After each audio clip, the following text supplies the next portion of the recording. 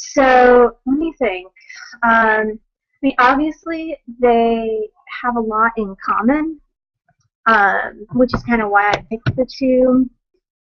Just because they're so often where you can find a connection. I just read a book called Cruel Beauty, and it was like it was supposed to be a Beauty and the Beast retelling, but like man, I tell you, like I kept on being like this could easily just as easily be a Psyche and Cupid retelling, the way that it was done, or it could have been. It had elements of like Pandora's box in it, and some of like the genie mythology from Arabian Nights, where you have like tricksters. So like obviously there are a lot of similarities, but as for like differences, I think that um, you I'm trying to think of like if I was retelling just a myth versus like a fairy tale. Because you can modernize them both. I guess the main thing is that because there's kind of a theology to mythology, even though we don't really, we kind of treat Greek mythology as like, nobody really believes for the most part in Zeus, and the pantheon anymore. So, but at the same time, like back in the day, the people that knew these stories and came up with these stories, they did believe it. And if you're going to retell a story, you have to like deal with the questions of like, well, are the gods real? Are the like how does it work when you have somebody that's supposed to be in control but also a character that is flawed? Because of course Greek mythology, we don't, like the gods aren't supposed to be like perfect beings, and so I think any retelling, you have to really come to terms with the theology of a myth versus like fairy tales. There isn't really, like Hans Christian Andersen, I think deals somewhat with kind of a more spiritual sense. Heaven is a little bit more of an element. Of course, Little Mermaid is deals with souls, but I think for the most part, fairy tales, the question of a god, is kind of in the background, and you can add that to a retelling, but it is definitely not like a mandatory.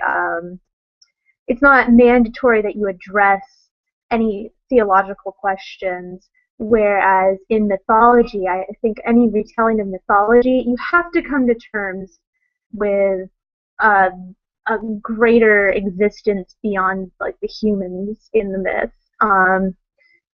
And that's something that I've encountered in Pandora's Box a lot, is like that you had to, like I was really looking for people like kind of wrestling with some deeper questions when they were writing the stories, about like how do you handle the fact that like you're dealing with issues like sin, like fairy tales definitely, uh, sin would be like a symbol, like symbolized in a fairy tale by like a witch or something. Like evil is symbolic as a character, whereas in a myth, like you're gonna have it as a much more real element. Like in Pandora's Box, how like the idea of like humans not being perfect is, a lot of this is also more origin stories. Like fairy tales deal with a world that's already in place, and myths, at their core, kind of talk more about how things came about, and so that's another thing, is that it's interesting when you have to modernize a myth, if that's like what you're doing with the retelling, is modernizing it or setting it in a sci-fi setting, because you really have to deal with the questions, a lot of these origin questions, but if it's modern, then, like, how come this hasn't happened sooner? This idea of like, if it was Pandora's Box, for example, you know, how do you do a modernization or a sci-fi retelling um, when you can't, it's all about how evil came into the world, but in a modern setting, like you kind of assume that that's already, like past, history. So you kind of have to wonder, like, you have to come up with more as a writer to explain why, society isn't where it is, in the real world now that we know. Um, uh, I mean, fairy tales, of course, deal with magic, and Greek mythology doesn't really have magic per se. Norse mythology, I think, has a little bit more of that, and I really want to have a Norse mythology issue at some point.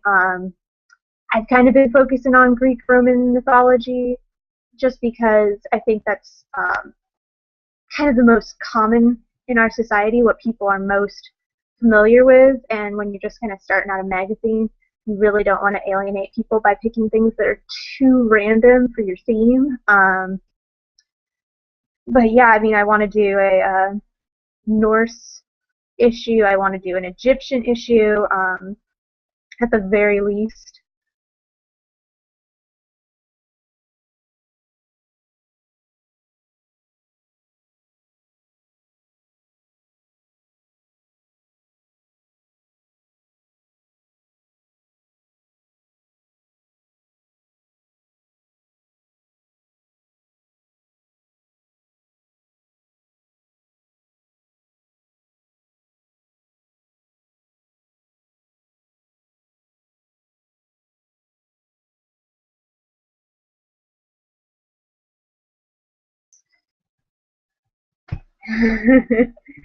That's a good point. That because the mythology is so old, a lot of times we don't have very detailed versions of it.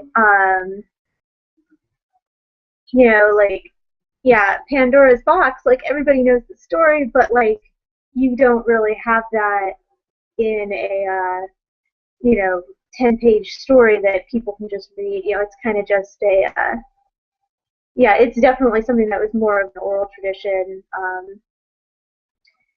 I think it gives you more freedom as a writer to play around because the elements, the wording isn't so set in stone. Like I feel like obviously there are a million versions of Cinderella, um, but there are certain assumptions because we've heard Cinderella so many times uh, that you feel like a little bit more confined, or even I think maybe Little Mermaid is a really good example where obviously we actually, unlike Cinderella, which has multiple versions, Little Mermaid has one very defined version by Hans Christian Andersen that we can reference and quote directly.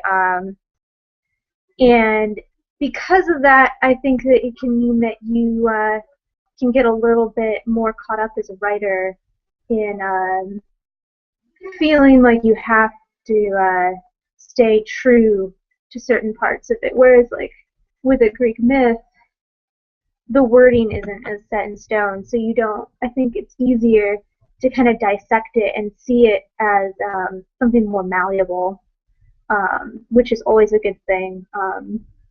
Because, I mean, for me, as an editor, time and time again, the biggest mistake I see writers making is that they stick too closely to the original, and I'm always kind of surprised that people don't get a little bit more adventurous and a little bit more experimental. Pandora's Box is great, actually, compared to Puss in Boots. I mean, obviously, Puss in Boots is a really tricky fairy tale to retell because how do you make it not about a cat and boots? But I mean, I was really happy to see that we did get enough. We did get in quite a few stories that were able to kind of bend that. But like over and over again, I would open a submission for Puss in Boots and be like, "Yep, it's another story that has the exact same plot as the original, but it's it's just one or two little things are kind of." um, so yeah, I mean, like with Pandora's Box, I was really excited to see that people understood, when they were writing stories, they really seemed to get, it doesn't have to be a box. Obviously the original, in the original Greek myth, it's actually a jar. And a lot of people picked up on that. I was like very happy to see people did their research. But like really, the truth is that it doesn't have to be an opening of anything physical, and that was something I was really excited to see people really get. That it's not about, it doesn't have to be a woman who is given a physical locked object that she then opens. It can be anything. We had someone write about unleashing a virus, both a computer virus and like a illness virus on the world. Somebody that unleashed like an emotional trauma onto someone, rather than something that's totally like not physical at all. And I think that we're because Greek myths are older and because they're a little more abstract, I think it's easier to play with them as a writer, and easier to kind of like free yourself from one particular story. So does that kind of answer your question?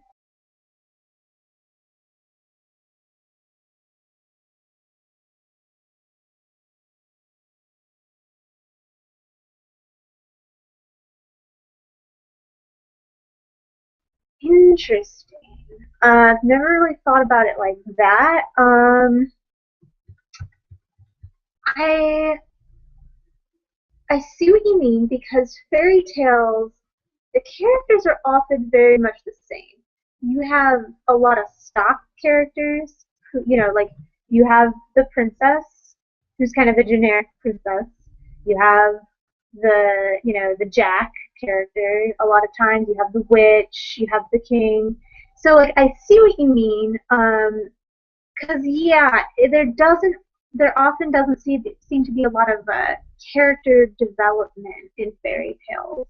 Um, so yeah, and myths, I'm trying to think. You do see, I mean, Hercules, for example, is kind of plot driven. I mean, that's a little bit more like this happened, introduce conflict. Um, hold on. Okay, it's important to look up the characters rather than reading the story over and over again. Yeah, I definitely could see how that would be true. Because you're right that in mythology, the figures become very iconic. Like, for the most part, we will remember um, Athena rather than that random myth about like Athena and Poseidon and the olive branch or whatever. Um, like there are some situations where like you will remember more the plot of something rather than the players in mythology. I'm trying to think of a good example. Um,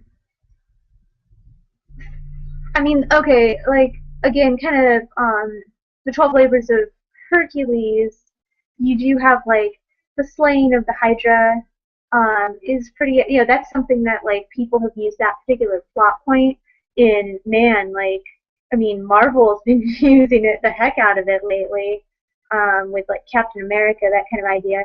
But you're right, I'd never really thought about it, but you're so right that like when you do have characters that come up over and over again in mythology, they have a very specific personality, whereas you don't get as much of a personality with fairy tales. Like they're more generic, whereas like everybody knows that Zeus is, he's powerful, but he's also a womanizer, and so you kind of like know what to expect. And if you put Zeus, in a random situation, if I said create a story about Zeus in Zeus's first trip to Disneyland. You could probably write a pretty awesome story about that. Whereas if I said, write a story about Jack and the Beanstalk's first trip to Disneyland, it would be a little bit more difficult to come up with like a very like clear idea of what Jack's personality would be like. So yeah, that's actually a really good point. That fairy tale retellings, I guess you're kind of given a blank slate with the characters and what they're like and what their motivations are, because they don't really tell us a lot of times. But with mythology, it's true that I guess myths really are pretty clear about what people's motives are. Pandora was curious. Hera is jealous. Ares always has the same motive. He always wants to just, start a war or whatever. That's really interesting because I'd never really considered it from that point of view, but you're so right.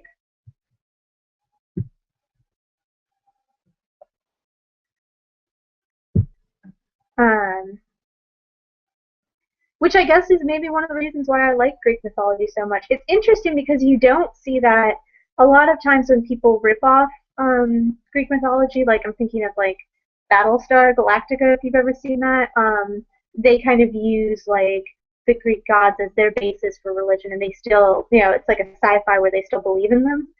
But the personalities of those gods don't really come through at all. They're just kind of used as a world-building technique, essentially. So it's interesting. Yeah, that's an interesting.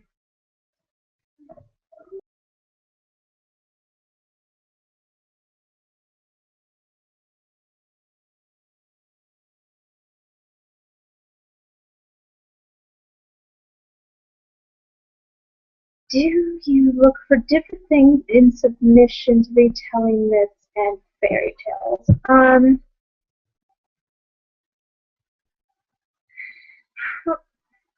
Not that I am aware of yet. Obviously, I've only kind of done one of each at the moment.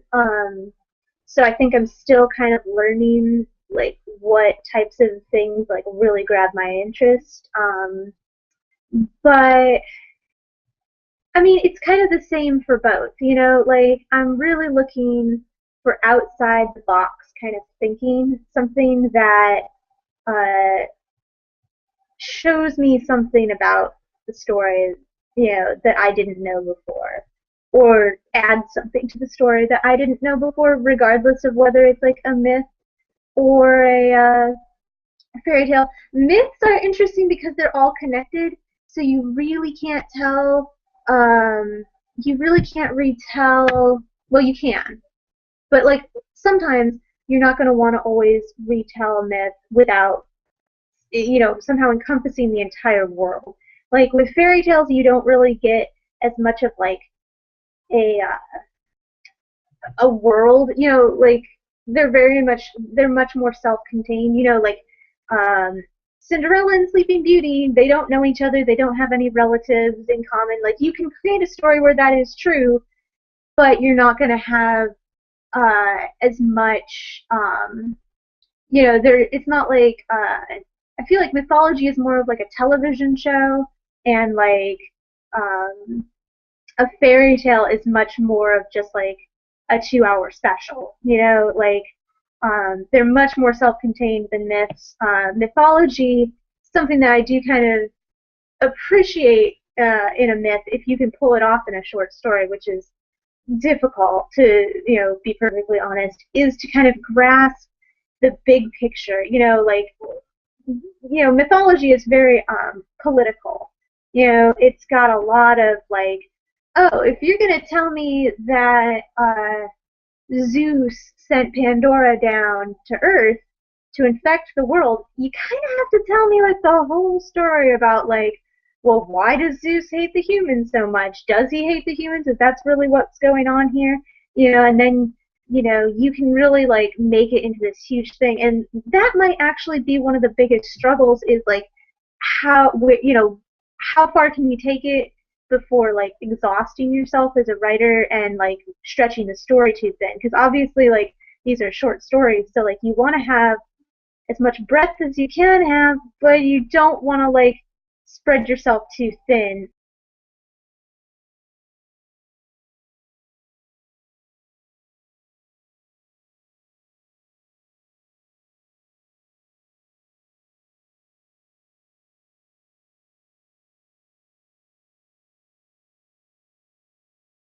Uh, that's an excellent question because it's true. For my magazine, I kind of assume that if you're reading the issue, you probably know the original. When we get into some of the lesser known ones, what I will probably do is try and put, an original, as much as you can get with fairy tales, a copy at the beginning of the tale, just so that anyone who isn't familiar with it doesn't have to Google it. Like things like Puss in Boots and like, Cinderella or whatever. You don't really have to do that.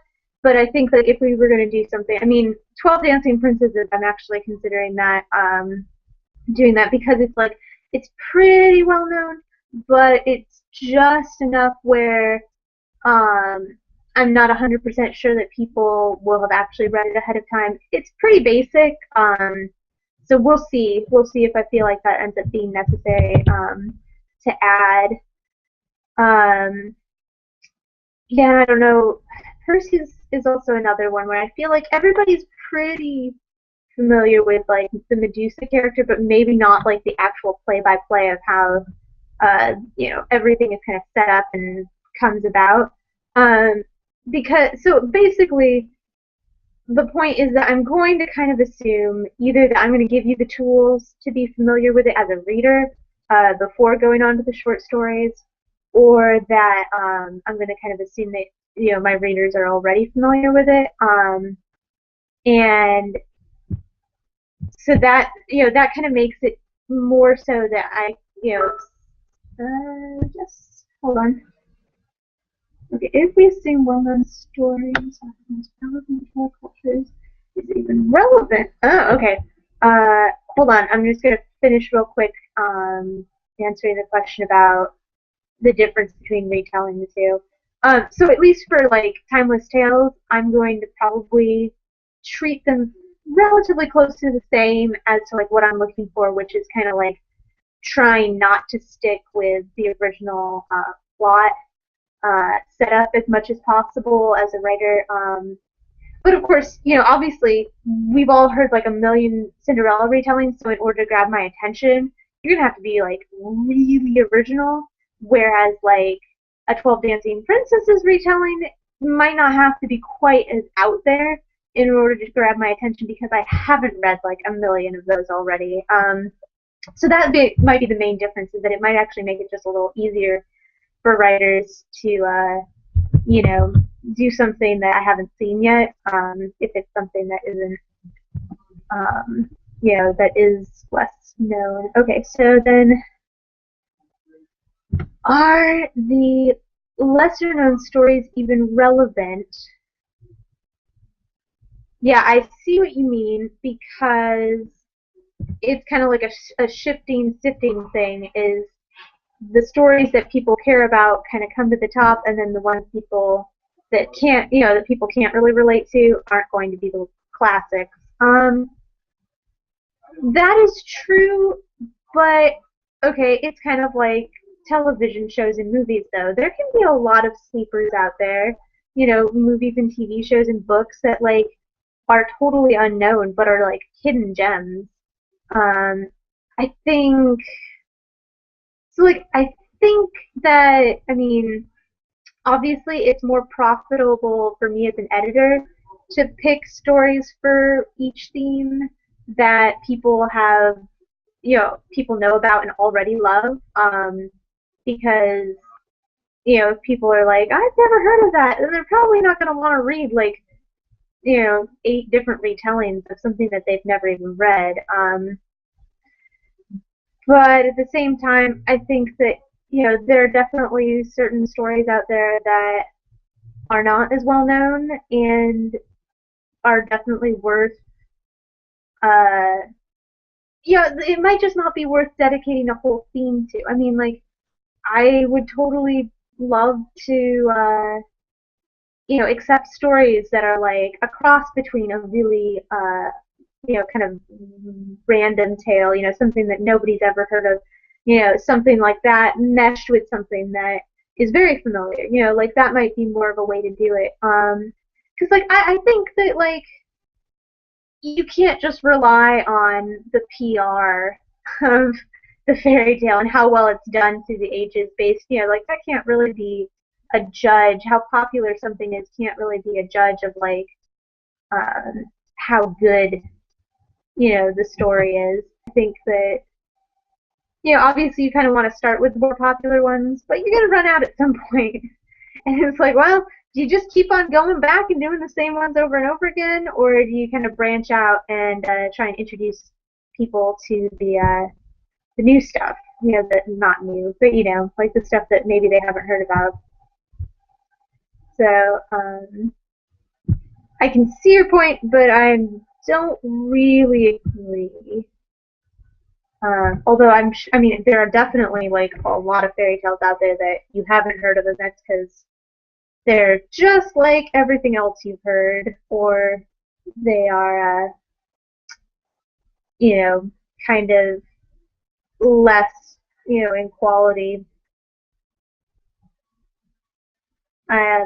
Like I remember, I remember I once tried to like read all of Hans Christian Andersen's stories, like the complete works of Hans Christian Andersen, because I just love him as a writer. The problem is that after a while, they do start to all sound the same. Okay, next question. Okay, cool. Okay. A lot of people are interested in fairy tales because of nostalgia. Yeah, that's very true. It's kind of difficult. Yeah, how do you get people interested in the stuff that they haven't heard before when the reason that people like these stories is that they're like from their childhood and they've heard them a million times?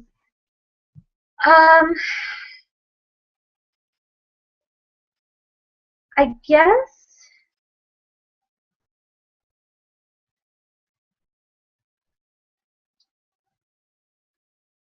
I think a lot of it is that you have to target the right audience, um, which is tricky. Because what you really want is you want the people that, I mean, like, it doesn't do you much good to, if you just post something that everybody's already heard, and, and they've heard that exact same reason, not reason, sorry, I'm getting tired. They've heard that exact same version a bunch of times. Um, but then again, how do you attract people to reading the stuff that they haven't heard? Um, well, I guess what we can try doing is like maybe writing like an introduction to each tale. Like I think you might do this already.